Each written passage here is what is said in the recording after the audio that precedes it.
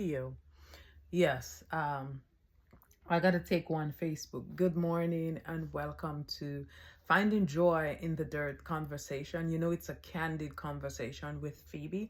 Of course, we're here again talking about my book, Finding Joy in the Dirt. This is the third, it is the third, part three of the book, Finding Joy in the Dirt, Dirt Personified. And I want you to grab your tea and sip with me. Those who know me know that I love Milo. I love my Milo. And so, it's it's a fact that I'm gonna grab a cup of Milo tea at any given time. You sit with me, you grab your tea, and let's talk about it.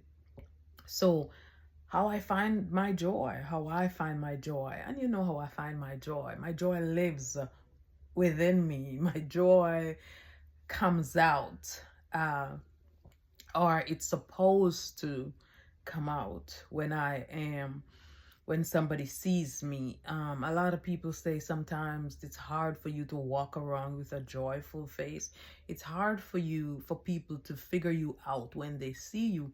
But the joy that lives within you, the moment they start speaking to you, that joy is supposed to just permeate you. That joy is supposed to be permeate them, and they should not be fueled with a negative energy. The Bible tells us about the angry and sin not, and sometimes we do get angry in our spirit. We do get downtrodden. We do get this become in despair.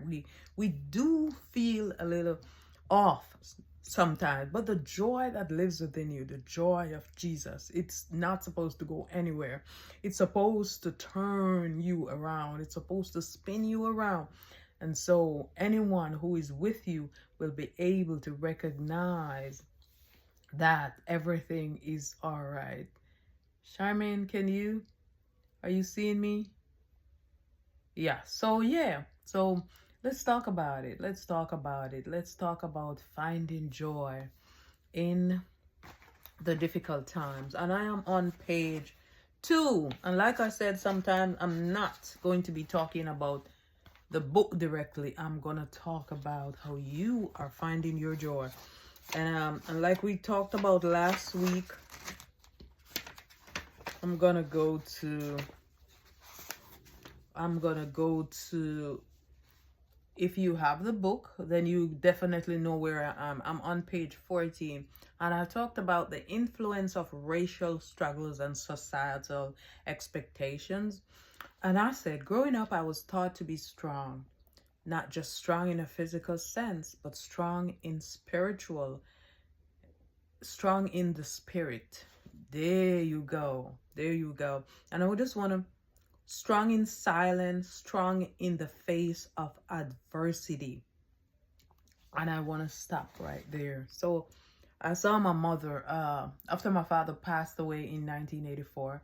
My mother, she took on everything. She walked how much miles to go to a church because she had closed down the church at the house, and she walked us so many miles away just to be in the house of the Lord, because she knew that she could not do it by herself. Rest in peace, Evelyn Tomlinson, the 28th of this month. That's next week. I think it's next week Tuesday. Yeah, next week Tuesday. We'll be celebrating 4 years. 4 years since my mother passed. What? Are you not serious? 4 years already? And I saw her demonstrated rather this fierceness, the strength to survive, the strength to shut down the critics. I saw her just walk forward and said, it doesn't matter what comes, what may, I'm going to grow these children up in the admonition of Christ. I'm going to make sure that they get what they want. I'm going to make sure that they're taken care of no matter what. I saw my mother did that. I saw my mother also shut down her critics. She shut her critics down because they thought that she could not have done it. And then after my father passed, she just stepped in the role and took up all of that responsibility and cared for us. I'm saying that because society will make you think that you're a nobody. People will make you think that because you're not privileged like them, or because you weren't born with a gold spoon in your mouth, you cannot achieve nothing. You cannot come out from a poor family where you saw you had nothing to eat, you walked barefooted to school, you walked this long journey to school, you struggled. They think that you cannot have nothing. And when I say have nothing, I mean the richness of Christ, the richness to tell others about Christ. And that's what I'm talking about. And of course, he tells us to replenish the earth. So if there's something here that we are supposed to be rich in from him, we open up our arms and we take that as well. So as the passage talked about growing up, I was taught to be strong. Yeah, our mother taught us to hold the fort. Our mothers taught us to be resilient, to persevere.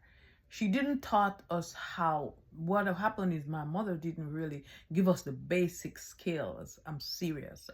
Never gave us like the basic skills to say this is how you do it. Like she didn't gave us like a list to say, okay, when you fall into when you start a relationship in life, this is what you're gonna do. You know, those older people, they're not explaining that to you, and that caused a lot of us to have break marriages. We have break relationship.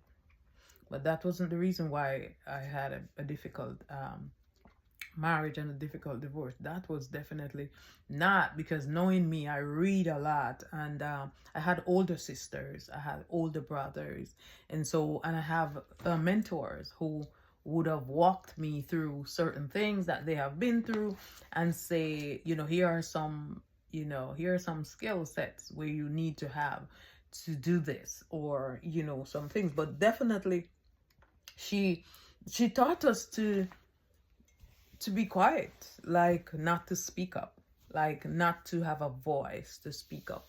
And I'm speaking to this quietness. I know sometimes the scripture says, be still and know that I am God. Sometimes God has you into this stillness. He wants you to be quiet because it's not the right time to talk. But when it's the time to talk, I feel like God shows you that. He lets you know that there's a time for you to talk. But if you do not know Christ, if you do not have him for yourself, if you do not know him for yourself, then you're not gonna know when to speak up, when to speak out. And I said, my mother taught us to be like basically quiet. She taught us like, oh,